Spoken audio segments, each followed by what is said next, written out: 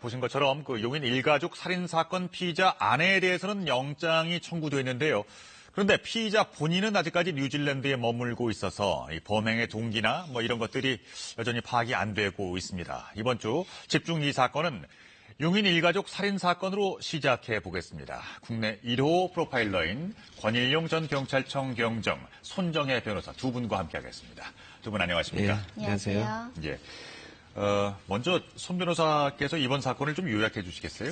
일단 피의자 김 씨가 친어머니 그리고 의붓아버지 14살의 이부 동생까지 일가족을 살인한 사건이라서 충격적인데요. 네. 일단 10월 20일 오후경입니다. 용인시 처인구 아파트에서 일단은 친어머니와 이부 동생을 끔찍하게 살해하게 되고요.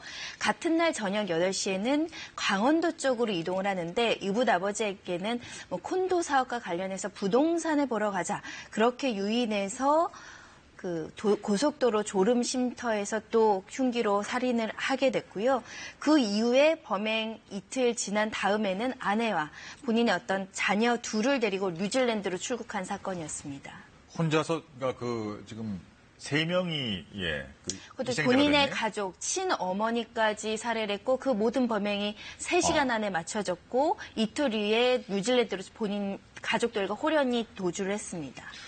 사건 초기에 경찰이 이 장남을 이렇게 용의선상에 올린 것은 어떤 이유가 있었을까요? 일단은 CCTV, 아파트를 들어가는 CCTV 통화 내역들이 있었고요. 특히 가족들이 다 죽었는데 장남 피의자 김 씨는 이틀 뒤에 뉴질랜드로 사건 이후에 출국한 점, 모든 것이 의심을 받기에는 충분한 사건이었습니다. 그러니까 이 아파트에서 모자에 시신이 발견됐을 때 말이죠.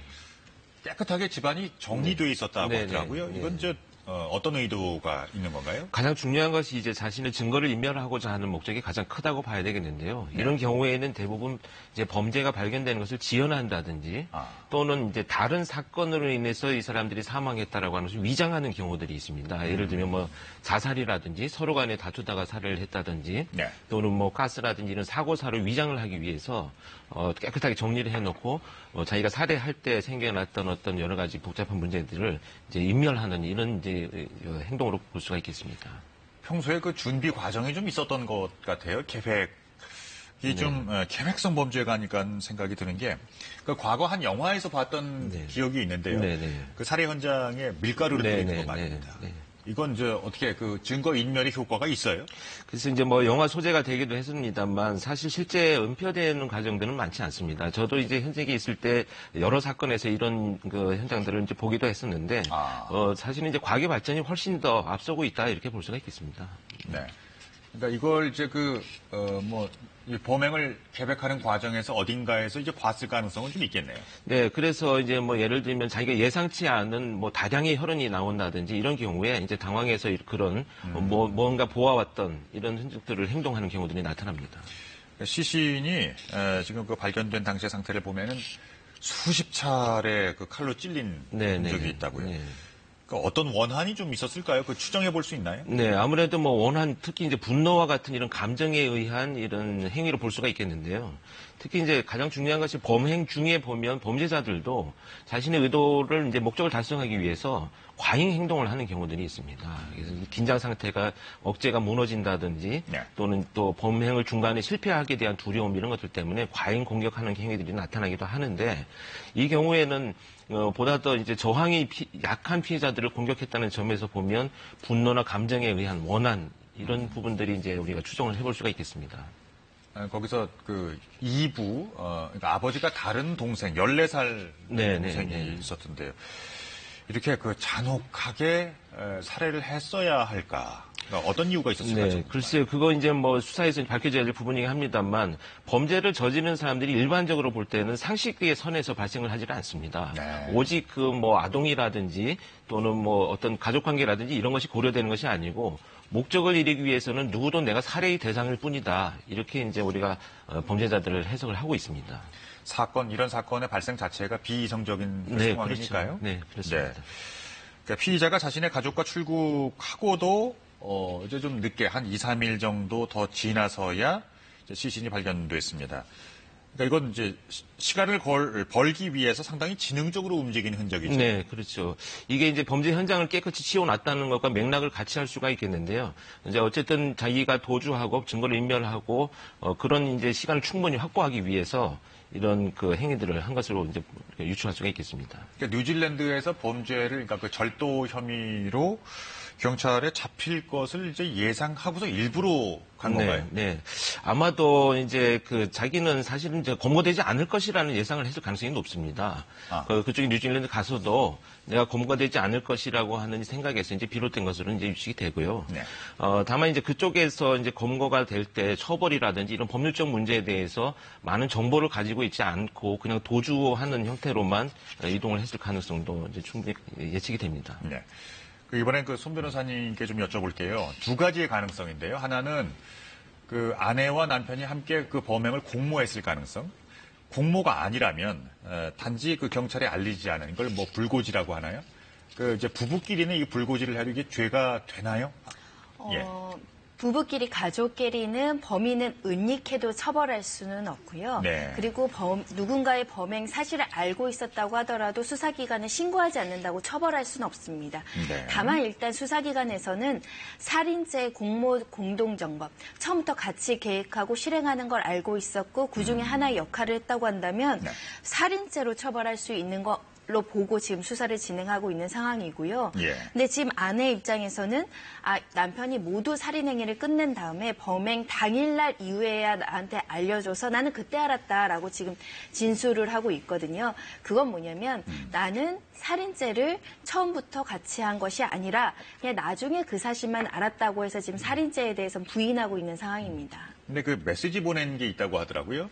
그러니까 이 메시지를 가장 유력한 증거로 삼고 있는데 메시지에 보면은 2명을 죽이고 2명 죽였다, 1명 남았다 이런 내용을 그 범행 당일날 했거든요. 2명 죽인 그 문자를 보낸 시점은 친어머니와 그 이부 동생을 죽이고 나머지 한 부인 이부 아버지를 죽이러 가는 계획 중간에 그런 얘기를 했다는 것은 처음부터 살인할 계획을 알고 있었기 때문에 이런 대화가 가능했다는 게 경찰의 설명이고요. 네. 그리고 아내의 진술 중엔 이런 게 있습니다. 평소에 남편이 죽이겠다는 말을 굉장히 많이 했고 실제로 나한테 목을 조르는 것을 연습한 적도 있었다.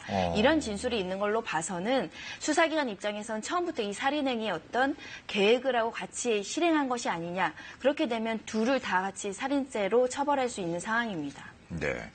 그 재산 문제가 걸려 있었을 가능성도 있지 않을까요? 일단은 그 가능성이 높죠. 재산 문제 플러스 여러 가지 재혼 가정에서 나타나는 가정 간의 불화가 있었을 것이라고 보이는데요. 왜냐하면 그 재산 부분은 그 뉴질랜드로 출국하기 전에 친어머니의 계좌에서 1억 2천을 인출하고 그중에 8천을 뉴질랜드로 가져갔거든요. 분명히 금전적인 목적도 살인의 동기가 될 수 있을 것이라고 보이고요. 네. 그리고 아내가 한국에 들어온 부분과 관련해서 이런 문제가 제기됩니다. 친어머니와 그 의붓아버지가 사망했지 않습니까? 그럼 네. 친어머니의 재산은 원래 이 피의자 김 씨 아들한테 상속이 되는데 네. 우리 법에는 상속 결격자로 아들한테는 상속이 안 되고 누구한테 상속이 되냐면 그 피의자 김 씨의 두 딸에 상속이 됩니다.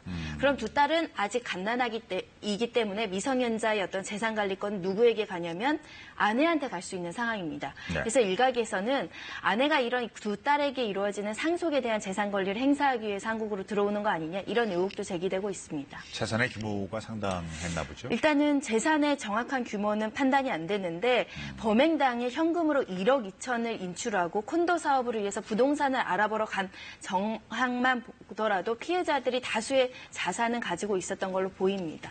네. 그 피의자는 뉴질랜드에서 그러니까 그 검거가 된 상태죠. 네. 언제 그 송환이 이루어지나요?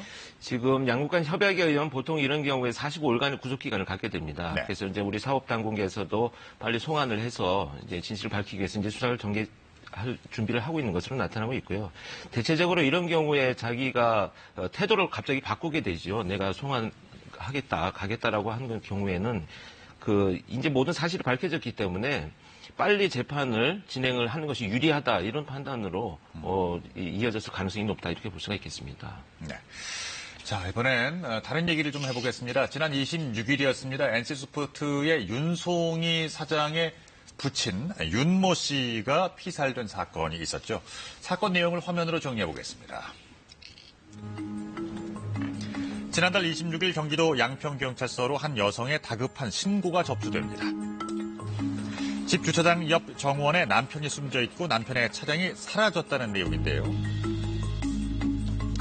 사건이 접수된 지 10시간 만에 경찰은 피의자 허 씨를 체포합니다. 이유가 뭡니까? 체포된 피의자는 주차 시비 중에 발생한 우발적인 범행이었다고 주장합니다.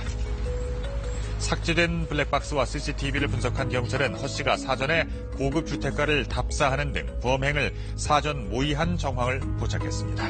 살해 동기가 뭡니까? 윤 씨를 왜 범행 대상으로 삼으셨어요? 계속되는 추궁에도 허 씨가 진술을 거부하면서 비협조적인 태도로 일관해서 경찰 수사는 현재 난항을 겪고 있죠. 자, 고작 주차 시비 때문에 모르는 사람을 칼로 수백 차례나 찔러서 사망에 이르게 했다는 것은 사실 좀 납득하기 좀 어려운 부분이 있고요. 어떤 가능성이 열려 있나요?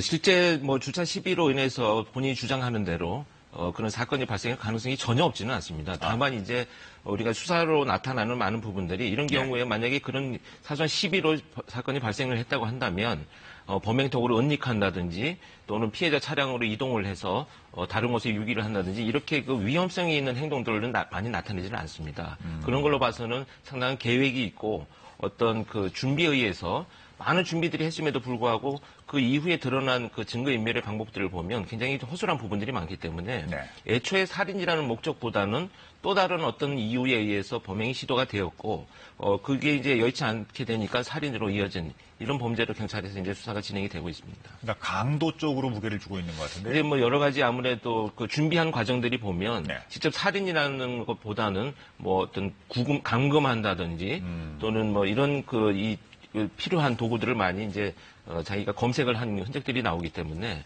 그렇게 추정을 하고 있습니다. 손 변호사님, 경찰이 살해 도구로 쓰였을 것으로 추정했던 과도하고 밀가루하고 이런 것들을 찾았는데 여기서 DNA가 결정적으로 안 나왔습니다. 그러면 이건 증거가 될 수 있나요? 일단 피해자의 DNA가 나오지 않는 상황에서는 명확하게 이게 흉기의 범행 도구다 이렇게 확정하기는 어려운 상황이라고 보이지만 과도의 이런 부분이 없다고 하더라도 살인죄를 입증하기에는 지금 부족함이 없습니다. 일단은 자백을 하는 상황이고 다른 여러 가지 정황적 증거가 있기 때문에 그 살인의 입증에 대해서는 부족하지 않은 상황이고요. 이 과도에 대해서 피해자 DNA가 없다고 하더라도 주변 여러 가지 정황적 증거에 의해서 증거 능력은 인정받을 수 있습니다. 네. 조금 전에 검찰로 송치가 됐다 합니다. 이번 사건이요. 이번 재판은 어떻게 전망하시나요? 일단은 양형과 관련해서 범죄의 동기를 명확하게 밝히는 게 굉장히 중요한데 현재 피의자가 입을 열지 않고 있고 범행 동기에 대해서 이럴다 왔다 갔다 하는 진술만 있는 상황이기 때문에 범행 동기를 조금 더 밝혀야 될 필요성이 있고요. 경찰에서는 휴대전화 디지털 포렌식을 통해서 수갑, 고급 빌라, 이런 위치 추적 이런 것들을 검색한 전력을 비추어 봤을 때 말씀하신 것처럼 강도 범죄나 경제적인 목적으로 살인을 한 것이 아니냐 이렇게 강력하게 보고 있는 상황입니다. 예. 자, 이번엔 주제를 보이스피싱으로 한번 바꿔보겠습니다. 그동안엔 주로 이제 노년층, 노인층이 취약하다고 생각해서 많이 범죄의 표적으로 삼았었는데 요즘에는 20, 30대 여성의 피해가 급증하고 있다죠? 네, 안정된 소위 직장을 갖고 있는 여성을 대상으로 해서 이 범죄가 지금 심각하게 많이 발생을 하고 있습니다. 그런데 이런 사건들이 사실은 발생하게 된 배경들을 보면 그 사회적 현상과 굉장히 밀접한 관련을 갖고 있는데요. 예를 들면 강력 사건들이 계속 발생을 하게 되면 누구라도 어떤 범죄의 피해자가 될 수 있다라고 하는 이런 이제 위험이 두려움이 이제 양산이 되기 때문에 순간적인 판단에 상실을 하게 되는 이런 경우로 이어지는 경우들이 많습니다. 예. 금융감독원에서요, 범죄자의, 그러니까 문제의 목소리를 공개했습니다. 좀 들어보실까요?